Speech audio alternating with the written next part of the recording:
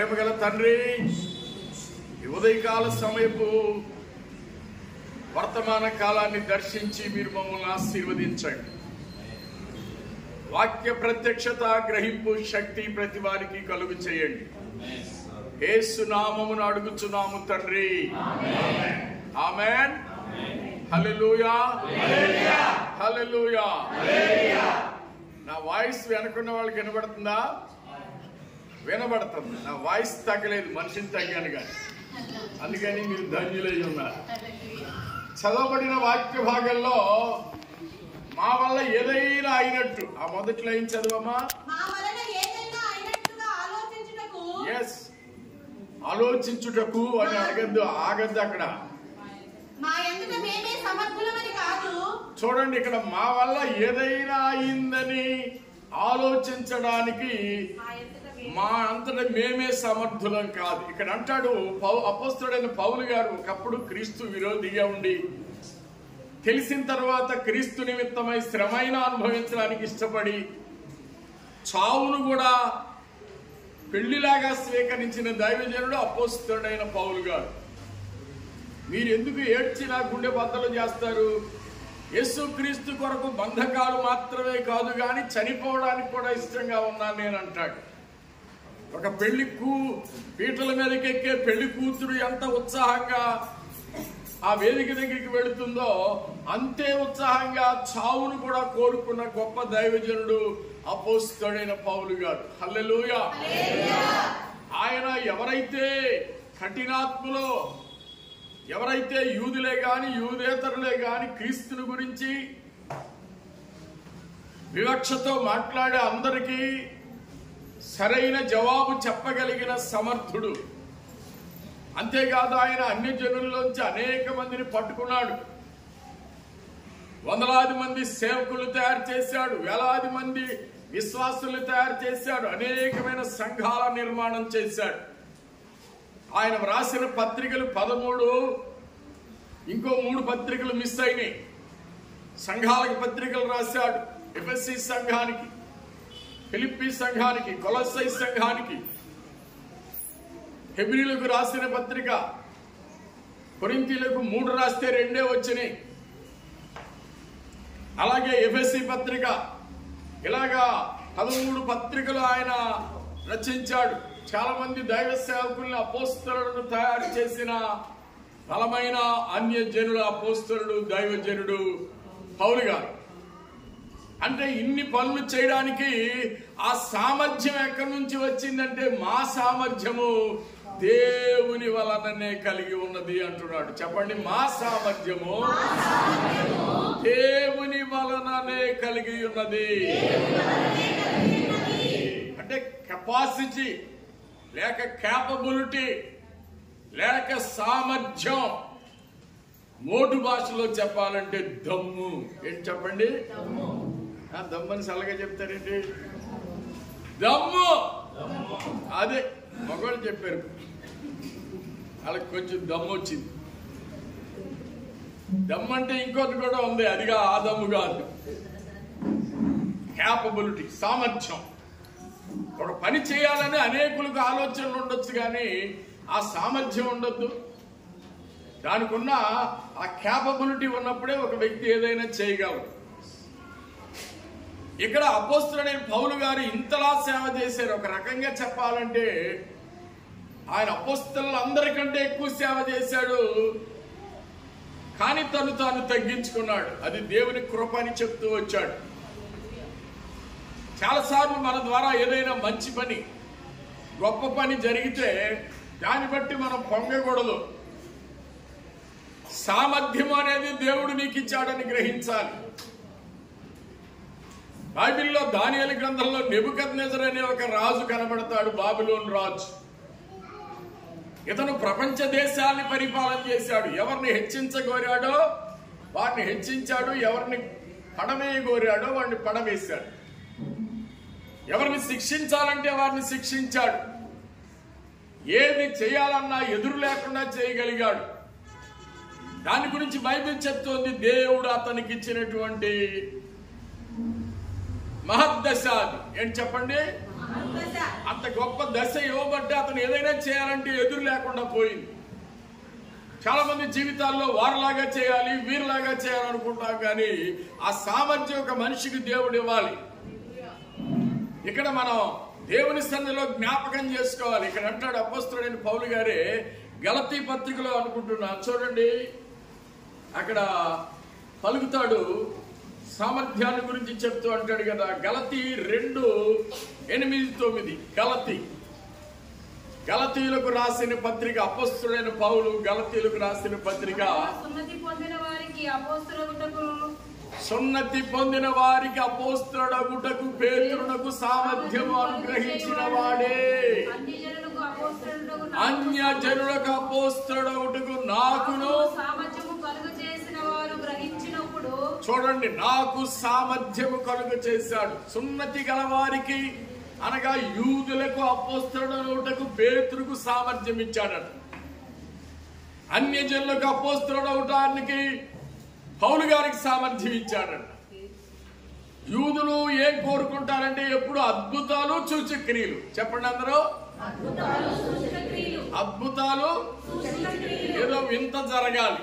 యూదులు కోరుకునేది అదే, ఎప్పుడు వింత జరగాలి. రాళ్ళు పాలు తాగుతున్నాయని వేస్తారు మన పేపర్లో. చెట్టు నుండి పాలు కారుతుంది అని చెప్తాడు. ఇంకే గేదెలు మేపుకోవడం ఎందుకు, చెట్లు మేపుకుంటే సరిపోదు. ఇవన్నీ ఏంటంటే వింతలు విడ్డూరాలు. ఇలాంటి వాటి కోసం ఎక్కువ ఎదురు చూస్తారు యూదులు. ఇలాంటి వాటి కొరకే ఎదురు చూస్తున్నారు కనుక పేతురుకు సామర్థ్యం ఏమిచ్చాడంటే ఆయనకి విద్యలో తక్కువైనా సరే అద్భుతాలు చేసే సామర్థ్యం దేవుడు అతనికి ఇచ్చాడు. చచ్చిపోయిన దొరకాను లేమ్మా అంటే లేచింది. ఉంటివాడు గుడి దగ్గర మందిరం దగ్గర కూర్చుని ఉంటే లే చెప్పగానే యేసునామములో లేచి గంతులేశాడు. హల్లెలూయా. అలాగే పేతురు ద్వారా విశేషమైన అద్భుతాలు.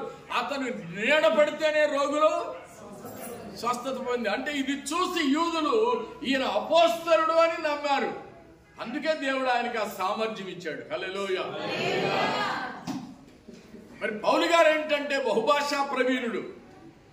గ్రీకు భాష అనర్గళంగా మాట్లాడతాడు, రాజులతో మాట్లాడతాడు, అధికారులతో మాట్లాడతాడు, న్యాయాధిపతులతో మాట్లాడతాడు, సంత వీధిలో మాట్లాడతాడు, నాటకశాలలో మాట్లాడతాడు, ఓడలో మాట్లాడతాడు, అస్సులో మాట్లాడతాడు. అస్సు అంటే బస్సు కాదు, అది ఒక రకమైనటువంటి బండి అన్నమాట. ఆ బండిలో మాట్లాడతాడు. ఎక్కడ కూర్చున్నా లేచినా అన్ని భాషల వారికి, అన్ని తెగల వారికి, అన్ని సంస్కృతుల వారికి అర్థమయ్యేలా సువార్త చెప్పగలిగే బహుముఖ ప్రజ్ఞాశాలి దైవజనుడైన పౌలు గారు. ఆ సామర్థ్యం దేవుడు అతనికి దేవుడే ఇచ్చాడు. దేవునికి స్తోత్రం. పౌలు గారి సామర్థ్యం వేరు, చెప్పండి. పేతురు గారి సామర్థ్యం వేరు, మీ సామర్థ్యం వేరు, నా సామర్థ్యం వేరు. ఒక్కొక్కరికి దేవుడు సామర్థ్యం ఇస్తాడట. దేవునికి స్తోత్రం. అందరూ స్తోత్రం చెల్లించండి. తిక్కలోడు తిరణాలకు వెళ్తే ఎక్కాదిగా సరిపోయిందంట. అట్లా చాలా మంది ఏంటంటే కాలాన్ని వృధా చేసుకుంటారు. సమయాన్ని సద్వినియోగం చేసుకోవడానికి కూడా దేవుడు జ్ఞానం ఇవ్వాలి. కుటుంబాన్ని చక్కదిద్దుకోవడానికి కూడా దేవుడు సామర్థ్యం ఇవ్వాలి. ఏమయ్యా ఆవిడికి చెప్పుకోలేవా అంటే ఆవిడ నా మాట విందండి అంటే ఆడికి సామర్థ్యం లేనంటే. నా పిల్లలు నా మాట వినరండి, అది సామర్థ్యం లేనంటే. అది నా వల్ల కావడం లేదండి, సామర్థ్యం లేనంటే. అయితే ఇప్పుడు ఏం చేయాలంటే, దేవా నేను అసమర్థుడిని, అసమర్థురాలు, నాకు సామర్థ్యం సరిపోవడం లేదు, నా చిన్న కుటుంబాన్ని నడిపించడాకే సామర్థ్యం సరిపోవట్లేదు, నా ఇంట్లోనే నా మాట వినడం లేదు, ఎవరింటారు ప్రభు నా మాట, నాకు సామర్థ్యం ఇవ్వు ప్రభు అని అడగాలి. హల్లెలూయా. దేవుడు పేతురుకి సామర్థ్యం ఇచ్చాడు, యూదులకు సువార్త చెప్పడానికి, అన్యజనులకు సువార్త చెప్పడానికి పౌలు గారికి సామర్థ్యం ఇచ్చాడు. మీకెందుకు ఎవడు సామర్థ్యం? ప్రియమైన సహోదరుడా సహోదరి, చాలా మంది జీవితాల్లో అసమర్థులుగా మిగిలిపోతున్నారు. ఒకప్పుడు వెనకడికి ఒక ఆయన అసమర్థ ప్రధాని అని అన్నారు. మంత్రులు కూడా తన మాట లక్ష్య పెట్టకుండా ఉండడం అంటే అతడు అసమర్థుడే. ప్రియమైన విశ్వాసి, నీ జీవితంలో సామర్థ్యం తప్పకుండా కావాలి. దేవుణ్ణి నువ్వు అడగాలి.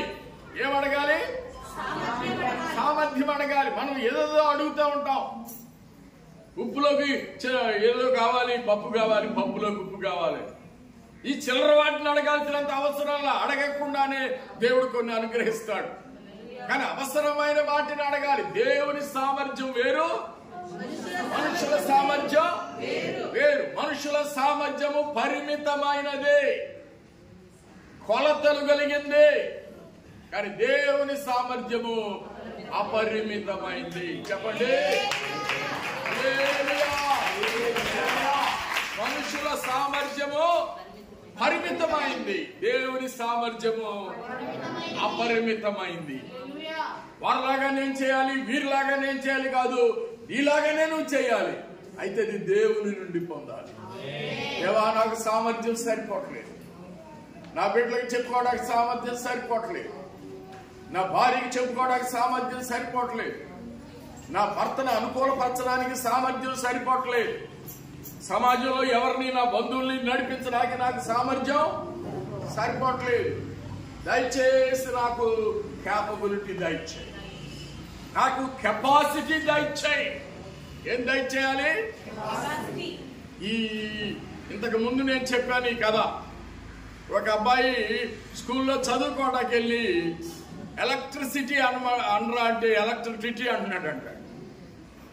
అంటుంటే పంతులమ్మ ఎన్ని చెప్పినాడు ఇంట్లో అది అంటున్నాడు. ఒకరోజు వాళ్ళ అన్నయ్య క్యారేజ్ బాక్స్ తెచ్చాడంట ఆవిడికి మధ్యాహ్నం. అరే అబ్బాయి ఇట్రా, నువ్వు వాళ్ళ అన్నయ్య కదా? అవును మేడం. అయితే వీడేంటి ఎలక్ట్రిసిటీ అంటున్నాడేంటి? ఎలక్ట్రిసిటీ అనమంటే ఎంత చెప్పినా రావట్లేదు దీనికంటే, వాడి కెపాసిటీ అంతేనండి అన్నాడు. ఇక్కడ కూడా తేడా ఉంది. ఆ తర్వాత ఒకరోజు ఫీజు కట్టడానికి వాళ్ళ నాన్న వచ్చాడంట. ఏమండి పరంధామయ్య గారు, మీ చిన్నోడు ఎలక్ట్రిసిటీ అంటున్నాడు, ఏంటి పరిస్థితి అంటే మీ పెద్దోడు వచ్చావు కెపాసిటీ అంతే అని అంటున్నాడు. ఏం చేయమంటారండి, ఎట్లా వస్తుందండి అంటే ఆడన్నాడట, అయితే అయింది కానీ సంగతి పబ్లిసిటీ మాత్రం చేయబాకన్నా అంటే అక్కడ మొదలైంది వంకరతనం, అక్కడ మొదలైంది అమాయకత్వం. కొంతమందికి ఆ వంకరతనం అలా వస్తూ ఉంటుంది. అయితే యేసయ్య వంకరలన్నీ సరి చేయగలరు. యేసయ్య చేతిలో ఒక అద్భుతమైన దండం ఉంది.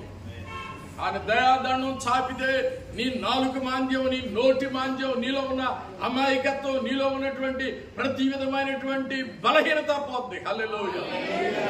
అమాయకుడిగా నువ్వు ఇక్కడికి రావచ్చు, కానీ ఇక్కడ అమాయకుడిగా ఉండక్కర్లా. ఒక తెలివి తక్కువ దద్దమ్మగా నువ్వు పుట్టుండొచ్చు, దద్దమ్మ చేసి ఉండొచ్చు. సమాజం నిన్ను, యేసయ్య నిన్ను సమర్థుడిగా చేస్తాడు. యేసయ్య నిన్ను సమర్థురాలిగా చేస్తాడు. దేవా, నాకు సామర్థ్యం దయచేయి. ఎంతో మందికి సమర్థత ఇచ్చిన దేవుడు నిన్నెందుకు అసమర్థుడిగా, అసమర్థురాలిగా విడిచిపెడతాడు?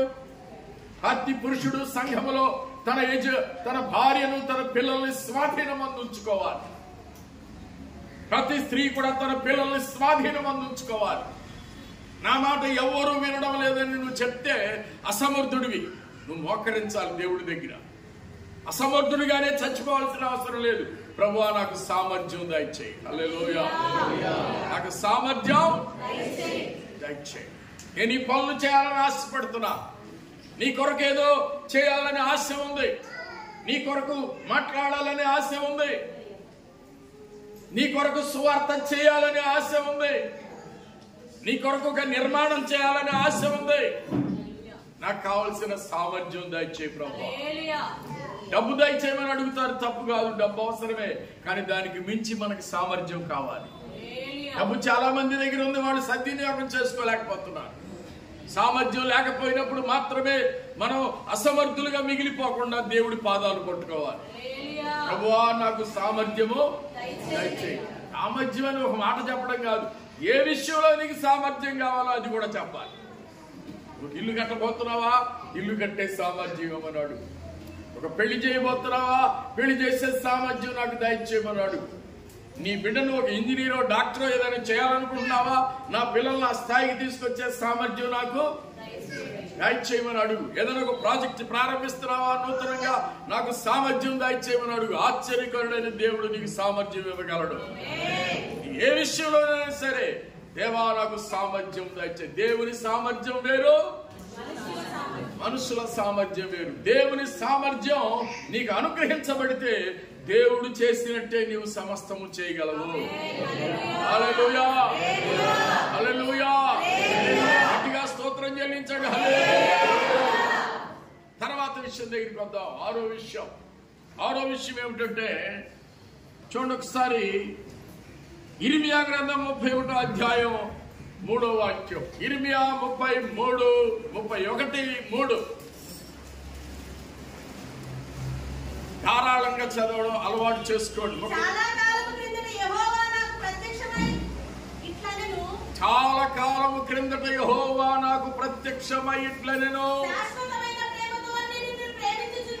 శాశ్వతమైన ప్రేమతో నిన్ను ప్రేమించుచున్నాను గనుక విడువక నీ ఎడల కృప చూపుచున్నాను. హల్లెలూయా. శాశ్వతమైన ప్రేమ, దేవుని ప్రేమ. దేవుని ప్రేమ ఏంటి చెప్పండి? శాశ్వతమైన ప్రేమ. మానవుడికి కూడా ప్రేమ ఉంటుంది. కన్న బిడ్డల మీద ప్రేమ ఉంటుంది, భర్త మీద ప్రేమ ఉంటుంది, భార్య మీద ప్రేమ ఉంటుంది, వాళ్ళ సంతానం మీద, వాళ్ళకి పుట్టిన పిల్లల మీద ప్రేమ ఉంటుంది. మానవులు సహోదర ప్రేమ ఉంటుంది, సహోదరుల ప్రేమ ఉంటుంది, బంధు ప్రేమ ఉంటుంది. Praise the lord. హల్లెలూయా. అందరూ బంధువులంటే పడి చచ్చిపోతారు. ఇక బంధువులు వెనకాలే తిరుగుతూ ఉంటారు. మా బంధువుడు ఒక ఆయన ఉండేవాడు హైదరాబాద్లో. ఈ బంధువులు ఎప్పుడైనా కనబడితే అతను ఉద్యోగానికి సెలవు పెట్టించేవాడు. అంతే. వాడు బయలుదేరి వచ్చే వరకు బంధువులతోనే ఉండేవాడు. అంటే అదేంటి? బంధు ప్రీతి ఉంటుంది తప్పకుండా. ఏదో సామెత ఉంది వెనకడికి, సుబ్బడికి చుట్టాలు రందంట, రావడికి తామర రందంట. ఎవడు రంది? వాడిది. చాలా మంది జీవితాల్లో ఏదో ఒక ప్రేమ ఉంటుంది. చాలా మంది కుక్కల్ని ప్రేమిస్తారు, కుక్కని పక్కన పడుకోబెట్టుకుంటారు. ఒక్కొక్కసారి అది సుసుపోస్తే నోట్లోనే పడుతుంది, అయినా దాన్ని అసహించుకోరు. పిల్లల్ని అసహించుకుంటారు. రకరకాల ప్రేమలు ఉన్నాయనుకోండి, కానీ ఏ ప్రేమ అయినా కొంతవరకే వచ్చి అక్కడ ఆగిపోతుంది. అందాన్ని బట్టి ప్రేమిస్తే అందం పోగానే ఆ ప్రేమ ఆగిపోతుంది. సౌందర్యాన్ని బట్టి ప్రేమిస్తే ఆ ప్రేమ ఆగిపోతుంది. డబ్బు వస్తుందని ప్రేమిస్తే చాలా వరకు మానవ బంధాలు ఆర్థిక బంధాలని చెప్పాడు ఒక వేదాంతి. ఆ వ్యక్తి ద్వారా డబ్బు వస్తూ ఉంటే, లేక ప్రయోజనం వస్తూ ఉంటే ఆ వ్యక్తిని ప్రేమిస్తారు. ఆ వ్యక్తి ద్వారా రావలసిన రాబడికి రాదనుకుంటే చస్తే మంచిదేమో అని అనుకుంటారు మనసులో. కనుక ఈ మానవ ప్రేమలు మారిపోయే ప్రేమలు, మానవ ప్రేమలు తగ్గిపోయే ప్రేమలు. మానవ ప్రేమలలో లోపం ఉంది ఖచ్చితంగా, కానీ దేవుని ప్రేమ అలాంటిది కాదు. ఇర్మియా గ్రంథంలో ఈ 31వ అధ్యాయంలో ఈ వాక్యం రాయబడే నాటికి ఇజ్రాయేలు దేశం అంతా మరుభూమిగా మారిపోయింది. ఎక్కడ ఇళ్ళు లేవు, పడగొట్టబడ్డాయి, చెదురు మదురుగా తప్ప. మందిరం పడగొట్టబడింది. తోటలకి, చెట్లకి, అన్నిటికీ కొన్ని చోట్ల నిప్పంటించి కాల్చేశారు. మొన్న లాస్ ఏంజల్స్ ఎట్లా ఉందో అట్లా అయిపోయింది ఇజ్రాయెల్ దేశం. కొంతమంది ఇర్మియా మాటను బట్టి బబులోను దేశం వెళ్లారు, మరి కొంతమంది ఈజిప్ట్కి పారిపోయారు, మరి కొంతమంది అశ్షూర్ అంటే పర్షియాకి వెళ్ళిపోయారు, చెదిరిపోయారు. ఏదో కొద్ది మంది బీద బిక్కి నడవలేనోళ్ళు, కూర్చుంటే లేవలేనోళ్ళు, లేస్తే కూర్చోలేనోళ్ళు, అలాంటి బలహీనులు మాత్రమే బహు కొద్ది మంది యెరూషలేములో ఉండిపోయారు. ఎటు చూసినా శ్మశానమే కనబడుతోంది, ఎటు చూసినా ఎండిన భూములే కనబడుతున్నాయి, ఎటు చూసినా పడగొట్టబడిన బిల్డింగులు కనబడుతున్నాయి. కాల్చబడిన మందిరం కనబడుతోంది. దేశం చూస్తే మరోసారి చూడబుద్ధి కానట్టుగా జీర్ణమైపోయింది. దేశం మరుభూమిలాగా మారిపోయింది. అలాంటి పరిస్థితిలో ఇర్మియా ప్రవక్తకు దేవుడు మాట్లాడుతున్నాడు సెలవిచ్చి, ఇదిగో ఇర్మియా చెప్పు నా దేశంతో, నేను నిన్ను శాశ్వతమైన ప్రేమతో విడువక నీ ఎడల చూపుచున్నాడు. ఆరోగ్యం పోయిందా? ఆరోగ్యం ఇస్తాను. ఆస్తి పోయిందా? ఆస్తినిస్తాను. ఇల్లు పోయిందా? ఇల్లునిస్తాను. సంతోషం పోయిందా? సంతోషం ఇస్తాను. మళ్ళా మీ వీధుల్లో పెళ్లి బాజాలు మోగుతాయి. పెళ్లి కుమారుడు శబ్దం వినబడుతుంది. పెళ్లి కుమార్తె ముస్తాబై రావడం కనబడుతుంది. చిన్న పిల్లలు ఆటలాడుతూ ఉంటారు మీ వీధుల్లో. ద్రాక్ష చెట్లు ఫలిస్తాయి. అంజూరం చెట్లు కాయలు కాస్తాయి. ధాన్యం ద్రాక్షరసం బహుగా విస్తరించింది. కోల్పోయిన దానికంటే అధికంగా మీ దేశాన్ని మనుషులతో పశువులతో నింపబోతున్నాను. చెప్పండి.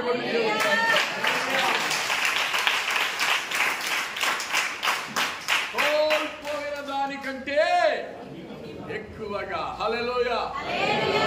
కోల్పోయినవన్నీ నాకు ఇచ్చుటకును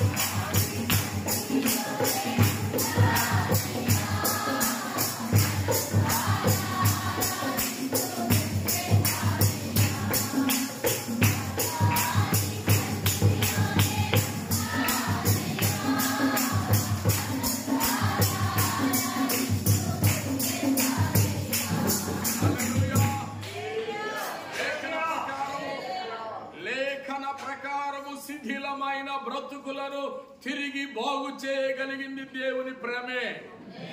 దేవుని ప్రేమ శాశ్వతమైంది. తల్లి ప్రేమ కంటే, తండ్రి ప్రేమ కంటే, అన్నదమ్ముల అక్క చెల్లెల అలాగే సతీపతుల ప్రేమ కంటే, పిల్లల ప్రేమ కంటే, మరి ఏ ప్రేమ కంటే, ముఖ్య స్నేహితుల ప్రేమ కంటే యేసయ్య ప్రేమ శాశ్వతమైంది. మానవుల ప్రేమ, దేవుని ప్రేమ ఈ రెండింటికి వ్యత్యాసం. చూడండి, దేవుని ప్రేమను మించిన ప్రేమ మరొకటి. నీ పండు వృద్ధాప్యంలో కూడా పసిపిల్లలాగా నిన్ను తన హక్కును చేర్చుకొని నిన్ను రొమ్మును పెట్టుకుని మోయగలిగేవాడు ప్రభు అయిన యేసు. ఆ ప్రేమను నమ్మండి, ఆయనను ప్రేమించండి.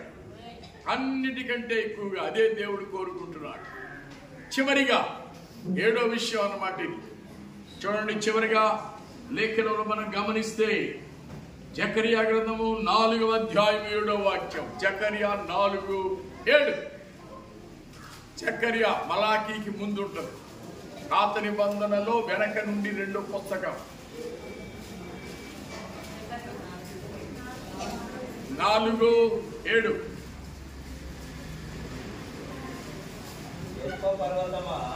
ఓ కాదు, అది కాదు. అదే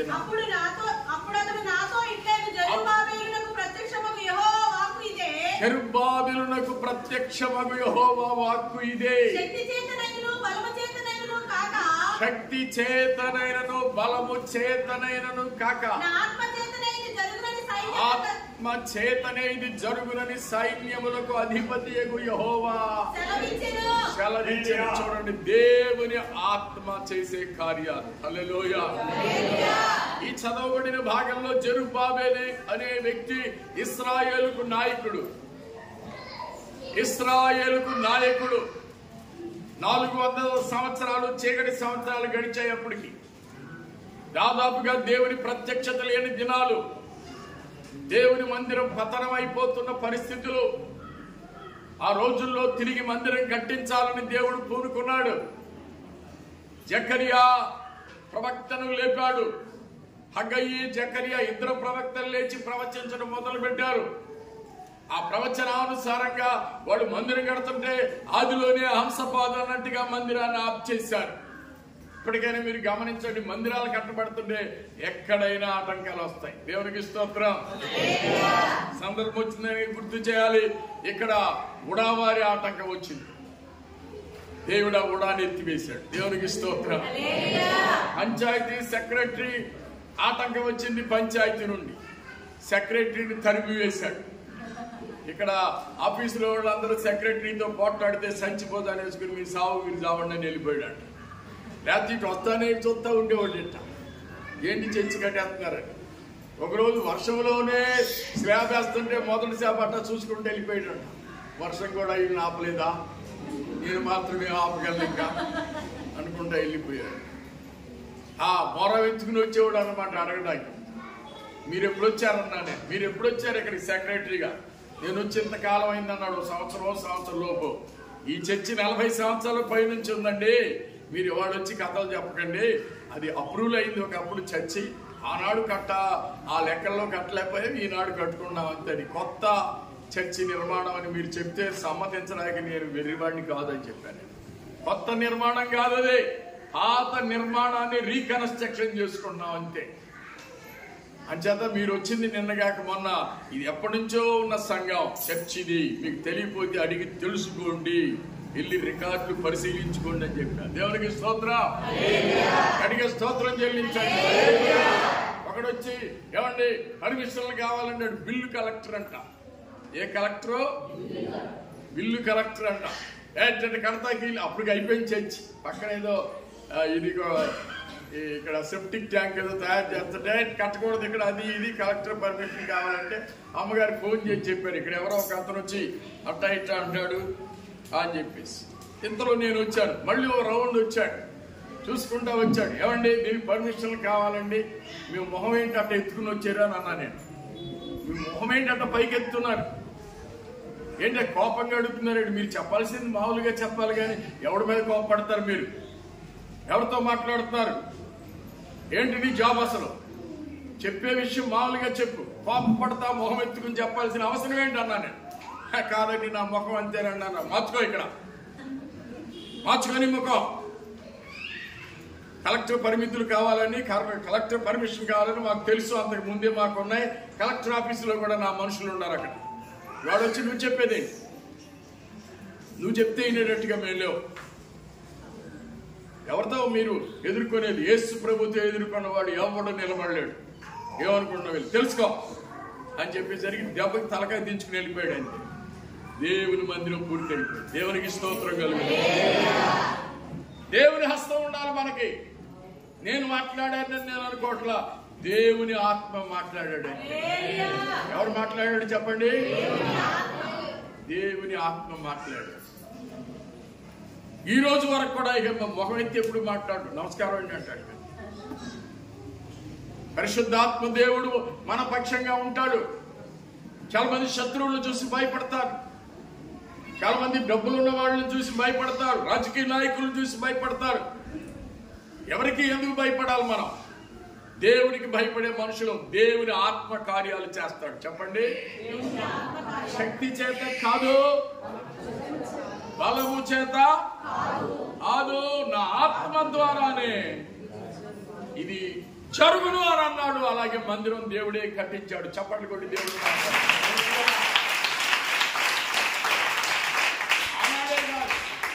ఆ రోజుల్లోనే కాదు, ఈ రోజుల్లో కూడా దేవుడు మన మందిరాలన్నీ అట్లాగే కట్టించాడు. తోషడంలో చర్చి మీద ఇంకో అంతస్తు వేస్తా ఉంటే గెస్ట్ రూము. అసలు ఈ ఊర్లో 2 అంతస్తు లేదు. ఈ ఊర్లో అదేదో ఆలయం దగ్గర ఆ పేరెందుకు కానీ అక్కడ 2 అంతస్తు వేస్తేనే అంతస్తులు కట్టాలంట. ఇక లక్షాధికారులు కోటీశ్వరులు ఉన్నారు కానీ ఏం కట్టలేదు. కట్టలేక కాదు, అట్లా లేదు కనుక.